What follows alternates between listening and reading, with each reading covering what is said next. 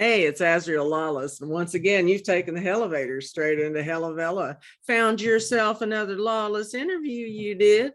And today we are here with author Simon Graeme. Say hello, Simon. Hello. So I'm really happy to have you here on the show because I have been a fan of your, well, I can't say I've read everything that you've written, but I have read some of Dark Lament and I liked what I read there. And I haven't yet read your other two, which you have up, FreakTown and 3 a.m. a Creepy Anthology. But I have been interested enough that I wanted to get to know you. And so I'm glad you had the time to come on the show. I appreciate it. So thank you again. And so the first question I ask everybody on this show is the same question I'm going to ask you right now. And that is, when did you get started writing? It's kind of a hard question, but not at the same time. I guess like everybody, I did a lot of writing when I was younger, like in high school and stuff. But I was an artist before I was a writer. And is that right? I got into comics big time when I was in high school, kind of later than most people. So I decided I was going to make my own comic book. And I realized I enjoyed writing the backstory and coming up with that side a whole lot more than the art. And that style of art is really just not my thing. I'm more into realism. And I just could never get that style of art down, but I really enjoyed the writing. So when I got into college is when I started writing. And I didn't start seriously until I was 26, 27. I wrote my first novel. I started it probably about 26. It took me 5 years to finish just because, life. And finally finished it and decided it was the biggest pile of crap I ever created. It was not salvageable, but I learned so much along the way. And then I decided that's when I started educating myself. I really just dove in hardcore into what publishers were looking for and story structure and all that kind of stuff and podcasts and all kinds of things. And that's when I found MySpace. If that tells you how old I am. So I was in a lot of writing groups back in the MySpace days. Ooh. So I go pretty far back with the social media side of the writing community. And somehow that led into, I went back to college and got my degree in creative writing and wrote a bunch of short stories during college and could never finish a novel after that first one. And it wasn't until just a few years ago that I was able to finish Dark Lament. Excuse me. And that was following a stroke that scared me pretty bad. I didn't think I'd ever be able to finish anything. So you had a stroke? What? I had a stroke when I was 41. No, you didn't. Yeah. I was a teacher. Oh my God, you look great now. Are you everything fully recovered now? I would say 95%. Oh my God, honey, I'm sorry. That's just one of those things. And it was terrifying. And I thought I'm dying. And then I thought I'm leaving my kids. And then I thought I'm leaving all these stories I didn't finish. I started a lot of novels over the years. And so I actually started Dark Lament years ago, but when I was still in the hospital, I started working on Dark Lament more. And then when I got out, I finished it like 2 months after getting out of the hospital, the first draft. And so what year was that? That was 2018. And then it was an earlier version of Dark Lament. I've completely revised it since then. Yeah, right. So you didn't put Dark Lament out? No, I did put out a different version a long time ago called something else. I've completely changed the story since then, and I sat on it for a long time.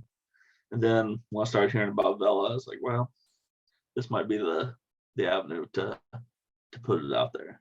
Wow. Okay. Well, that's all right. So 2018, you had an existential realization that, hey man, I'm not done here, don't strike me lightning. I'm not quite ready to I'm not quite ready to be cooked. much, So oh my God. Yeah, woof. Wow. That's, boy, what a blow.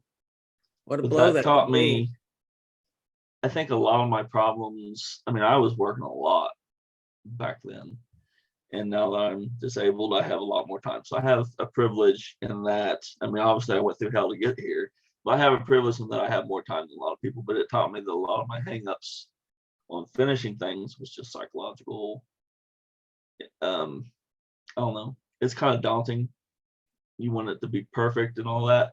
And so since then I've learned that I can crank out 100,000 word novel in a few months if I want to. Yeah. I'll take a year to edit it, but I can get that first draft out in 30 to 60 days probably. Well, and you've got 3 Vellas out. So Dark Lament was the one I believe you put up first. Isn't that right? Yes, it is. All right. It's complete now. Cool. Very cool. And it's doing pretty good out there. It's got a little traction. It's doing all right. Yeah. Much better than I ever expected. How many words is it? 111,000, I think. Really now? Yeah. What's your average episode size? Well, it started out, I was working really hard to get it under that 5,000 word limit. So I'd say the first half of the Vella, they're between 2,500 and 4,500 words. And I think that's put people off. By halfway through, I figured out what I was doing. And I started chopping up the chapters into smaller episodes. And so the second half of it, it's probably less than 2,000 words for most episodes. So the first half is kind of long. The second half just flies by. So for the people that have stuck in that long, they kind of like that transition better. Yeah, I bet so. I was just sitting here thinking to myself, you can't take your own Vella down, right? You know that, right? Right. You gotta ask Amazon to do it. And there are only a few reasons they'll do it for. But I wonder if you could make the case, and I'm not saying particularly you, because there are a lot of people who have done this very thing. I am one of them. Make it early. You didn't know what was going on early. You made your episodes long, and they're rather daunting, and they're putting people off. And you've got a good story, and you know that you could have a really good audience, right? But your episodes are too long, and people just aren't spending the coin. So I wonder if Amazon would consider that a good enough reason to take her down. If you said, I'm going to chop it up in smaller episodes so that I get more reads. I've wondered about that. I mean, I'd love to be able to do it. If I could just do it on my own, I would have already. Right. Me too. Once I realized how things were. So when I did FreakTown, those episodes are 10 to 1,500 words tokens. Yeah. Right. 1,000 words to 1,500 words. Right. Yeah. Well, we learn. It flows easier. Yeah. So I think I'll put that question out on Hella Vella on Facebook and ask if anybody, no, I know nobody has. Somebody would have said they had. Asked Amazon to take it down, to chop it up in smaller pieces.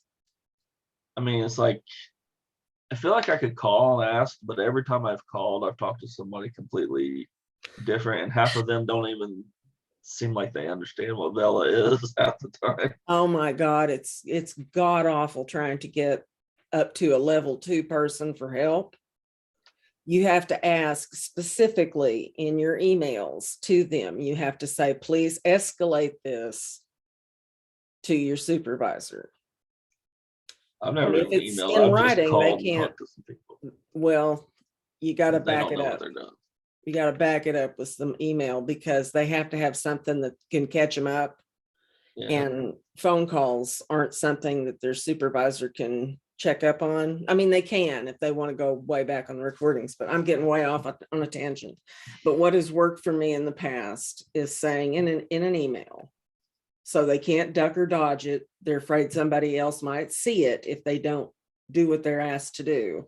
You put it and in writing, ask yeah.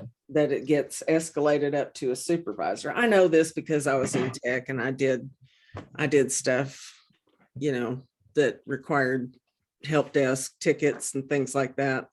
Some inside baseball. Yeah, a little bit. So That's good anywho, I think that's good for your viewers to know that kind of stuff too. you think People what? watching, I think people watching this definitely could use that kind of information anyway. Yeah, I think so. I think we could, make a case for it because there's so many good stories out there, and I've interviewed so many authors who've done exactly the same thing you and I have done. And they were just a little chaptery, when we first released them, they were a little chaptery, and a little longish. We weren't quite sure what was happening there. Well, I think also some people are writing for serial fiction, and some people are adapting novels and maybe doing both. But I think when you're adapting a novel, it's you're more prone to those longer episodes like that. Yeah, that's true. That's very true. Mine have all been written to the platform. But I was a novel writer, so Right. I went in thinking, and this sounds logical when you say this to yourself. It's like, okay, they get 3 free episodes. Let's give them as many words as we can to drag them in on those 3 free episodes. And that sounded so logical to me. Right. But at the same time, not so much. I think it was after I started reading other people's Vellas that I was like, oh, this is how this works. This is why this works this way. Yeah. And I started realizing that I prefer the shorter episodes as well. Yes, I do too. I have to say, I do too. I read so many different Vellas, different authors, that it's just a lot harder to spread the love if you can't get through them. It so is. many hours in a day, and I'm not the fastest reader in the world. No, I'm not either. I'm fast at skimming because I learned from the internet how to do that, quickly get the gist of it. And I had to survive college. So, Yeah. Anyway, yeah, but it's not quality reading. It doesn't give you the full flavor of what's going on here. But what I wanted to ask you, the next question I wanted to ask you is, you bill yourself as a dark fantasy writer, and I want to know what that means to you. What is a dark fantasy writer, particularly? What differentiates them from a regular fantasy writer? To me, for a while, I had the same problem because you've heard of grim dark, that genre. Differentiating the differences, and it's kind of hard still. But to me, dark fantasy is just horror in a fantasy setting. I see. Okay. Well, that's bare bones. That's about as Spartan a definition as you can get. So horror in a fantasy setting. So can you tell us a little bit about Dark Lament? It's a Crusader fantasy. Yeah, it was inspired by the Crusades. I wanted to do historical fantasy, but historical fiction is just so research heavy, and there's so many people out there that know their stuff so well that they're just going to eat you alive if you miss one little detail. So if you I see them as like ready to pounce, That's what it feels like. Well, I mean, the internet's like that largely anyway. But it feels like it felt like a fantasy world. I could just create my own history. I can't miss the details if they're things that I created. So it's very largely inspired by the Crusades, in that the 2 sides of the conflict are very European and Arab. The religions, while different, are inspired by Christianity and Islam. And I also wanted to kind of incorporate some D&D, which sounds silly, but there's a lot of different character classes in D&D that I wanted to try and make feel realistic and believable. Awesome. So there's clerics, necromancers, paladins. Those are the big themes in the book. Right. And I wanted to do kind of an epic, but I also wanted horror just permeates everything I've ever written. So I can't get away from it. I can't write something without some element of horror in it. So it went that route. So Dark Lament is basically the fantasy concept of what if Luke Skywalker chose the dark side in order to save everybody he loved. That's kind of the theme I wanted to go with. So Vask, the main character in Dark Lament, is presented with several just terrible situations where there's no right answer. And he always tries to choose the one that he thinks is going to help the most people, or at least the people he cares about. And it comes a lot from his own childhood trauma that he always tries to protect people. And that is used against him to continually make him and the world a darker place. So it's I mean, eventually there has to be some light come out of it. And I think that's the difference between dark fantasy and grim dark. And that grim dark will just get darker and darker, and nothing good ever happens. You just go farther down into a hole of despair. pretty much. Wow. Like it really explores the darker aspects of the psyche and humanity, and it's the people as much as the situations that are terrible and grim dark. And dark fantasy, I think that you still have to have that light wins out in the end, good wins out in the end. So it's a series. Eventually he'll figure things out and he'll turn it around, but the trip there is going to get pretty nasty. Okay. So there is redemption. Just not in this book. No, redemption happens. You just got to hang on for a long time to see it, right? Yeah. And I try to do it in a way that's like you can understand why he comes to the decisions he does, even if as the reader you're like, don't do it. You can understand why he does it. And that's if that comes across, then hopefully, if that comes across, I'm successful, I think. You've done your job. Well, that's a lot to go, man. Because that's a long way to carry it. And then there's a fine balance when you are writing a dark character. I find, but I know that you can do it. I know that you're masterful at it, is making the dark character lovable. And that's the thing with Vask. He's a good guy. I mean, he's a good guy. He tries to be a good guy. He just keeps making things worse. So I can't say that I've lived that at all. But I was going to say some of us though have done that in real life. I was telling my wife the other day that there are just some situations where there is no right answer. You have to pick the least thing. Right. And that's life does throw you some Kobayashi Maru absolutely scenarios from time to time, and you just have to deal with the least harmful we solution. Can't all cheat our way out of it. or cheat your way out of it. I don't know how, but figure it out. So that's dark fantasy. Well, that's cool. That's good to know. So in dark fantasy, there is redemption eventually.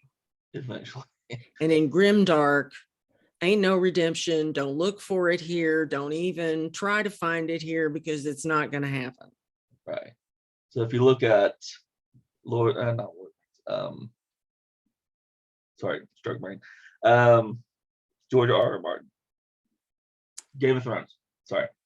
If you look at Game of Thrones, that's all fantasy elements, but things just keep getting worse. They go from bad to worse and bad to worse and bad. And if you look at the way they ended the HBO series, which was horrible, that's grimdark.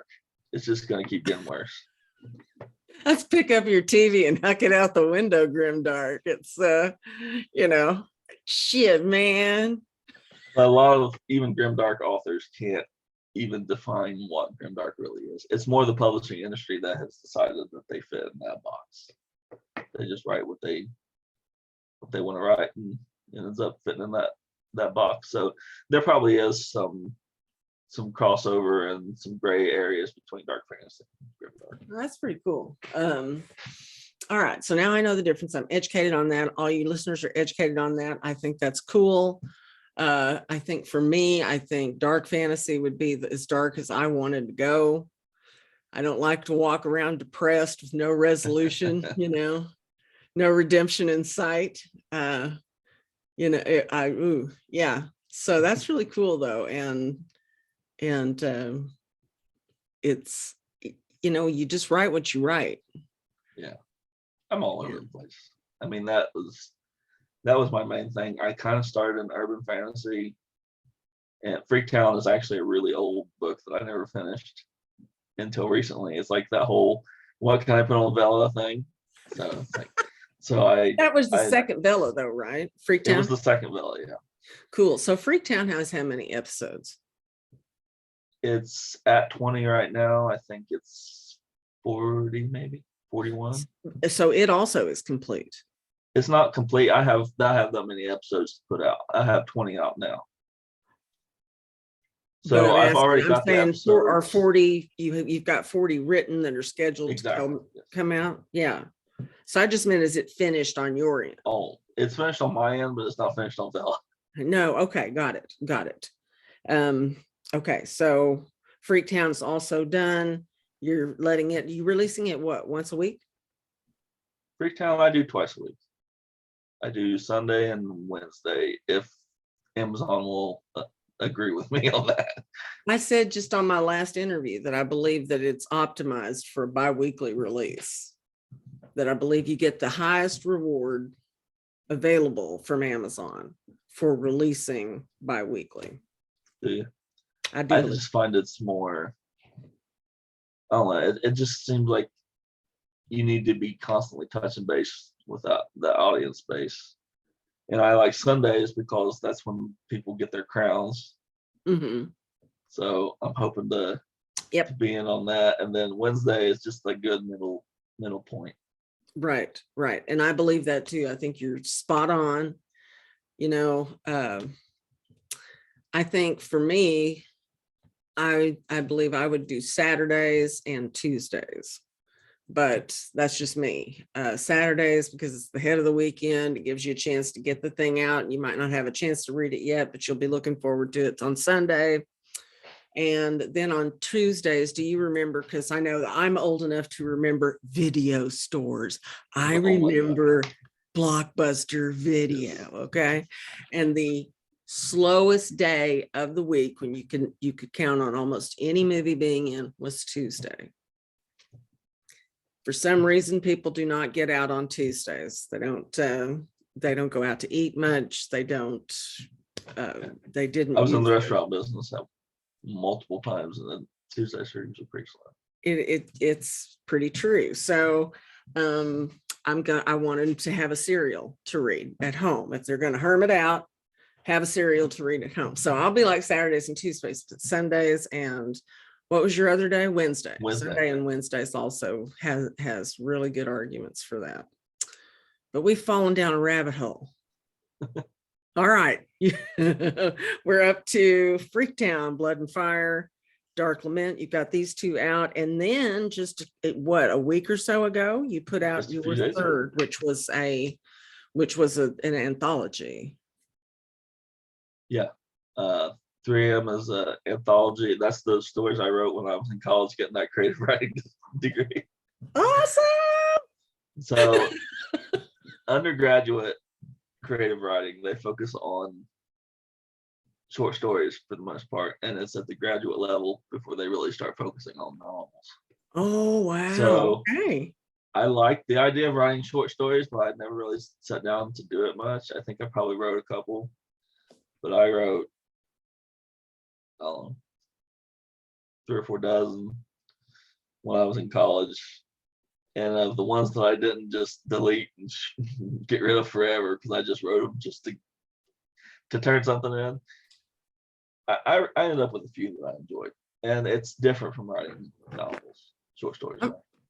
I tell you, man, I'm not good at writing the short story. I'm not very good at it. I mean, I would have to practice. I would have to really sit down and practice. You got to distill that. Yeah, I think it's a different skill set. It totally is. You have to be able to really distill your story down. It wasn't my forte when I was in college, not the short story. I think getting it down will probably help you be a better novel writer, just because you can see that arc, and you can see getting that hook in right at the beginning. And I'm a big fan of less is more. So Mhm. the more you can say with less words, the Yes. better, the more effective you're going to be as a writer. So I think it's a good skill set to have, but it's not everybody's thing. No, I do. And I think I it's would rather really write a too. I novel. think it's high. It's something you need to be skilled to be able to do well. Is what I was really saying. Is I think it's something that requires practice and something that requires a bit of dedication to get to that point. It's You want a to help few me more steps than away anything? from the poet. The thing that helped me more than anything was that they cut almost all the short stories had to be under 1,500 words, which is not a lot. No. And Twitter back in the day was 140 character cap on your tweets, Mm-hmm. and you had to figure out what you were condense what you were trying to say down into that cap. So that's how I learned to do those stories in such a short span. And I think just that skill set overall has come from Twitter in a large I extent. want you to know that I just started my Twitter account. I had one back in the day, and I was so shocked that you could just keep on typing. I'm like, what Yeah, is it's this? amazing. This is so I still run out of characters. I was like, wow, look at what all you can do. So yeah, I was old Twitter person and just got updated to the new stuff. I don't Um, do much with Twitter. I used to really do like play with it a lot. I just thought it was fun. And I've still kind of worked on building my followers over the years without really using it for anything else. So I have probably almost 10,000 followers on Twitter that I've just slowly built over time. And they're almost all wow. writers. Well, Almost all of them are writers. yeah, they're all writers though. Yeah. Yeah, we're kind of cannibalizing each other out here on social media. It's really obvious, but I'm trying to get readers, right? I mean, I'm going out and I'm targeting, like on my invitations to the group and stuff like that, I'm targeting reader groups. When I send out invitations, I'm trying to find people that are not writers and bring them in. That's why we had a membership drive recently where I said, please go out and just friends on your friends list, anybody you think might be interested in reading, bring them in. It's so much So, harder. Like my Facebook account just exploded a few years ago. And it's like I would go in and every day there would be 100 friend requests, 150, 200, and every single one of them was a writer. It's like I'm not going to say no. And then I eventually hit my 5,000 limit because you're limited at 5,000. You're not allowed to friend anybody else. So eventually I had to go through and you have to get rid of all them. the dead accounts and get rid of them. And then I haven't really done anything with it until finding the Vella community, which is the first writer community where I've seen where writers actually support each other. I really like that. It's wonderful. And I can't get enough of it. We're really making something different here. It's not your, yeah, no, I think there's something about the immediacy of it. The just crank your words and upload them here, or you can even type them here and then click publish, and suddenly boom, you've got a serial out on Vella. And then you can go out and there are dozens, well, dozens and dozens of Vella communities on like Facebook, right? Yeah. And the communities are getting better on Instagram. I mean, bigger on Instagram, getting bigger on TikTok. Those are the two I haven't really. I mean, I watch TikToks just for entertainment, but I haven't really ventured into those social media platforms yet. And I think that's where I need to go next. Right. And I'm working on that myself. I'm working on the goal when you get into TikTok.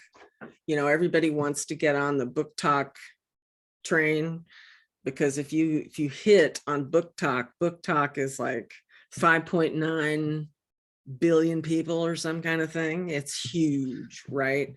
But obviously you're only going to be able to mine the American portion of that. Right. But anyway, that's the goal, is to get interest in book talk and book talk interest in you, that 5.9 billion eyeballs looking at your stuff, right? But the only way you can have a link for anybody to click on to look at your stuff is you need 1,000 followers. Yeah, I saw that. Nothing wrong with that. Yeah, That was actually kind of discouraging. it was, but I'm here to tell you it can be done. And there's younger writers, writers your age and stuff, boy, they're figuring it out quick and they're getting out there. I remember telling a writer who's doing very well out here on Vella, monetarily for sure, and with her reader base. I remember telling her that very thing, telling her you need 1,000 followers. She goes out and in 2 days she has it, because she looks at other ones who have it. She sees what kind of videos they're doing and she mimics it. Right. There Duplication. you go. Yeah. So, and I got to say, I've been having more success myself since, doing that. And I'm pretty close. I'm over 800 now. Awesome. So yeah, I see what Tears is doing, and it's like I want to try and mimic as much as what she's doing, because obviously she's doing very well. And you know what? She's kind of leading the pack, I think, for a lot of this. She's Tears does that everybody needs to do. Tirza, hope you're watching this. She believes in herself. Look at the size of this name. Yep. Dress for the job you frickin' want. And Tirza Hawkins does it. And she believes in herself. Sure, she believes in her work. Sure. But she knows that she's going to be big. And she wants to be a household name. And she knows that. She knows that going in. And it's so hard for most of us to find any kind of confidence, Oh, yeah. Confidence is a sketchy product and very difficult to get your hands on. It really is. Especially when you're a writer. Being a writer is very isolating in a lot of ways. And nobody really understands the other writers, which I think is why you see a lot of writers cling to each other on social media. I can't explain to somebody what it's like to want people to read my stories. Like, if I don't make any money off of it, I don't care. I mean, obviously I like money, but knowing that people's reading my stuff, that means more to me than anything else in the world. Yes, it does. In our little secret heart, for sure. And it's so hard to bridge that gap between your computer and the millions of readers that you should have out there. And marketing has always been my Achilles heel. So. Yes, as it has been mine, as it has been any good writers who have, gone out and, done the thing where they've queried, they've begged, they've gone out looking for agents, they've done everything that they can possibly do, and no one has noticed their stuff. And it's not because it's not good. I met a dude in the music industry, and he took me out to a few rock concerts of people who were just not known. They were so much better than anything that was like going on the popular radio at the time. I was just like, what? And he's like, no, it's not about talent. It's about who you know and how you're hooked up. Yeah. And traditional publishing, I'm sorry, that's the place you got to as well. Yeah, it's a lot of people trying to fit through one little teeny tiny funnel, which is the gatekeepers. It's like that. I was reading so much about finding agents and all that, and they're like, find agents that you definitely want to represent you, and then research them, look at their interviews, all this stuff. So I found this agent, and she said that she rejects something like 6 million a year, and she signs between 12 and 20. It's like, wow. I mean, that was just so discouraging right there. Just that. I Just the can't sheer even number. fathom 6 million anything ever, much less in a 12-month period. How much can she actually be reading of anything, Simon? How much? I don't know. And that was my thinking too, because I actually worked as an editor on an online magazine, and it took us 5 or 6 of us at least 3 months to go through, 100, 200 submissions. So I imagine there's like assistant editors and people that are reading through the slush. Well, I'll tell you, either that, I'll tell you from someone who managed big data and knows what that kind of amount looks like, that no, she didn't freaking do it herself. She had to have something. Oh, yeah. She had to have help. She had to have either other humans, or she had to have rules on stuff that rejected. I'm sure there are a lot of rules. Things out of kind, like if it has the word slasher in it, just send them a rejection letter, Maybe. I don't know, but you literally cannot deal with 6 million of anything. But maybe I'm getting the number wrong. Maybe. But I just know it was some huge number that didn't make sense to me. Well, even 600,000 would be, that would be doable, but still, you would still be just balls to the wall reading all the time just to get a taste of any of it. And I know I had so many to go through that there were times when I would reject based on the first line or two. So I know that even then it took time to get through them. Yeah. And it's rough. So Vella has really presented a place for people's voices that have not been heard. And I think it's wonderful. And you've heard me speak with other authors about what a distinct and absolutely lovely, surprising fact it is that so many of them are so good. Yeah.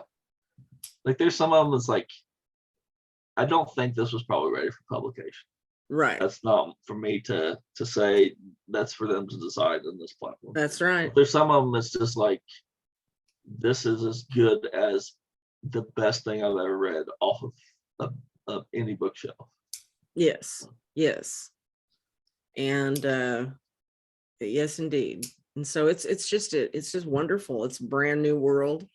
It's kind of the wild, wild west. It really is.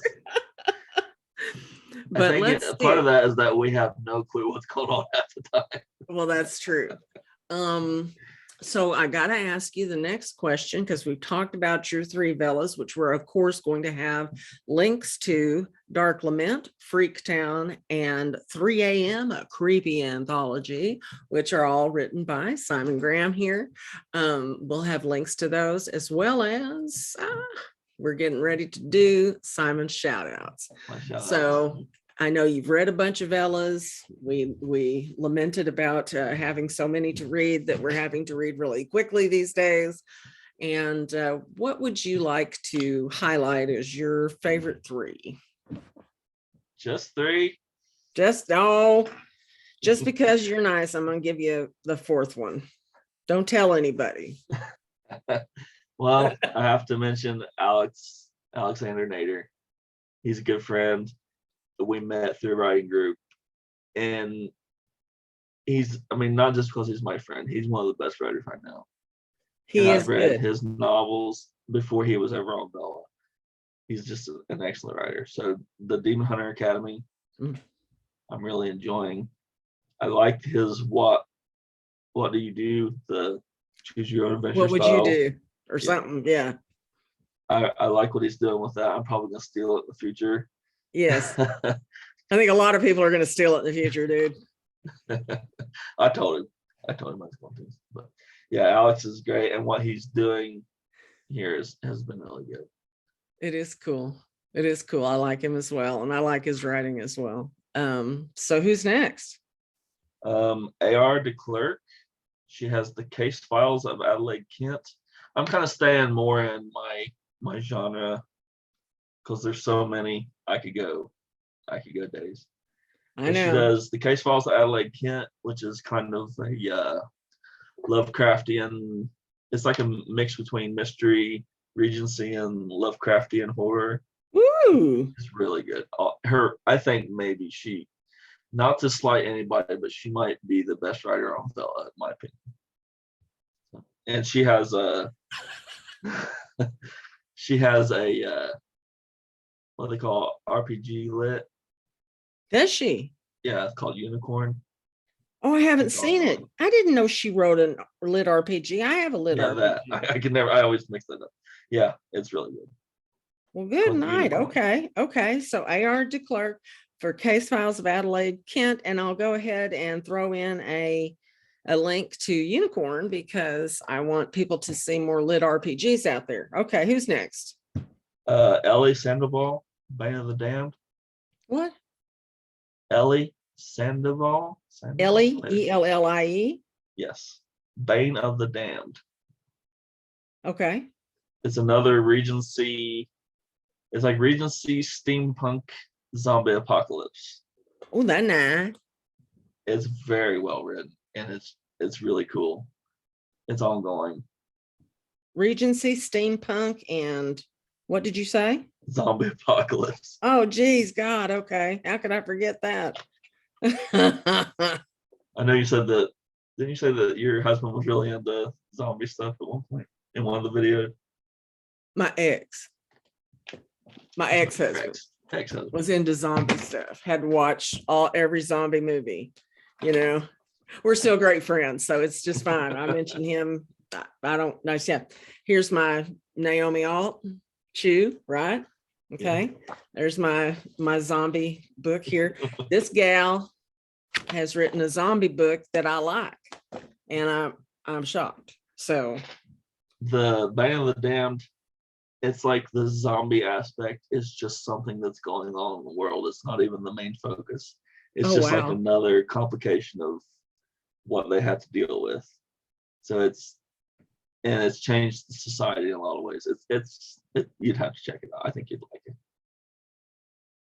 I know I probably would, but I'm like you. I've got 100 of them on my follow list, and holy hell, I started a whole other bookmark list, like file on my browser, just so that I could, because you can only have so many that'll show up on your follow list. It's like I need another place to keep track of everything. So I have a lot, and I know I'm not giving all of them enough attention as what I would like to. But then there's a few that's just like, yeah, I gotta read this all the way through to the end. Okay, so this is one of them. You're telling me, Bane of the Damned? Yeah. All right then. And the Case Files of Adelaide Kent by AR DeClerck is another one that I've read all the way through. She's not finished yet, but it's kept my attention. Wait, I gave you a fourth one. Get on it. I gotta count. Okay.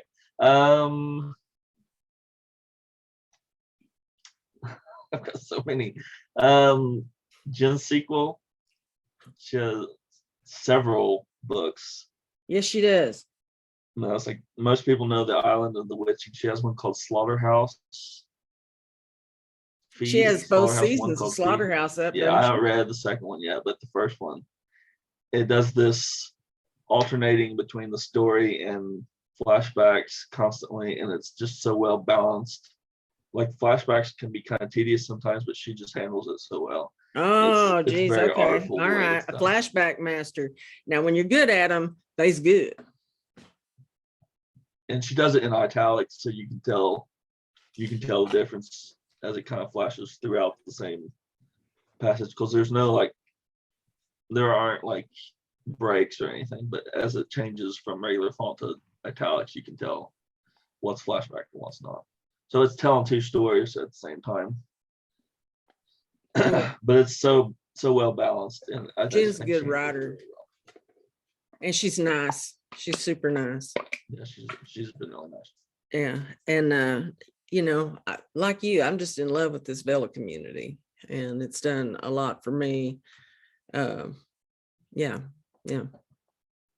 I really hope it keeps going strong, and I hope that this is profitable for Zahn, and that Zahn figures out a way to make it more a household word and more readily understood, like Kindle, Right. like a Kindle reader, which this is a part of, obviously. So anyway, my friend, we're to the point where we're going to have our last question, and that is, what would you like to say to the folks who are clicking on your links down here and reading your stories for the first time after watching this video? There's so much to choose from. So obviously, thank you for taking the time to read it, and hopefully liking it and buying more tokens and dropping crowns.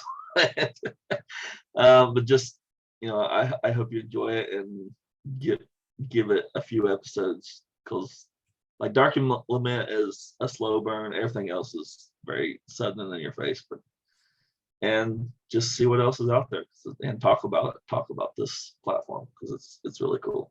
Yes.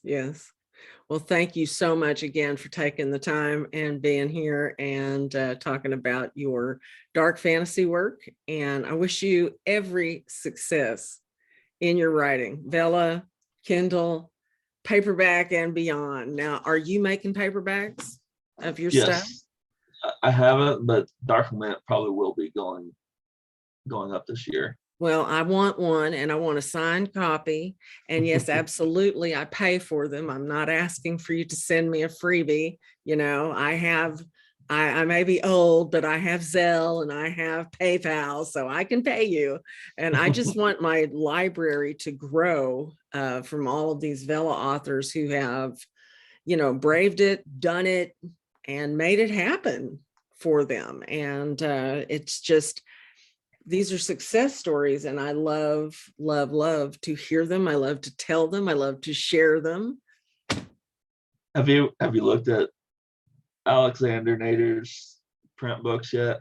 No. And he has the Demon Hunter series the Academy's based on, but he has a series called the Mountain City Chronicles, which is a lot like FreakTown. And that's kind of how we connected. Oh, so cool. The first book is called Necrotown. Necrotown? And then I was like, oh, I have a book called FreakTown. And so we just started talking and comparing notes, and those books are really good. I haven't read the Demon Hunter books yet, but the Mountain City books are awesome. Well, I will look into it. Thanks for giving me yet another thing to stick on my TBR list. Thanks. You can put it on your bookshelf, though. Yes, I can put it on my bookshelf. I'm so proud of my Chew and my Spider Sight. And you're going to send me, a Dark Lament. That's going to be great. Absolutely. All right. Well, thank you again. And this will be up soon. I'll send you a link in Messenger. All right. Nice talking with you. You too. It was fun. Take care. Bye-bye.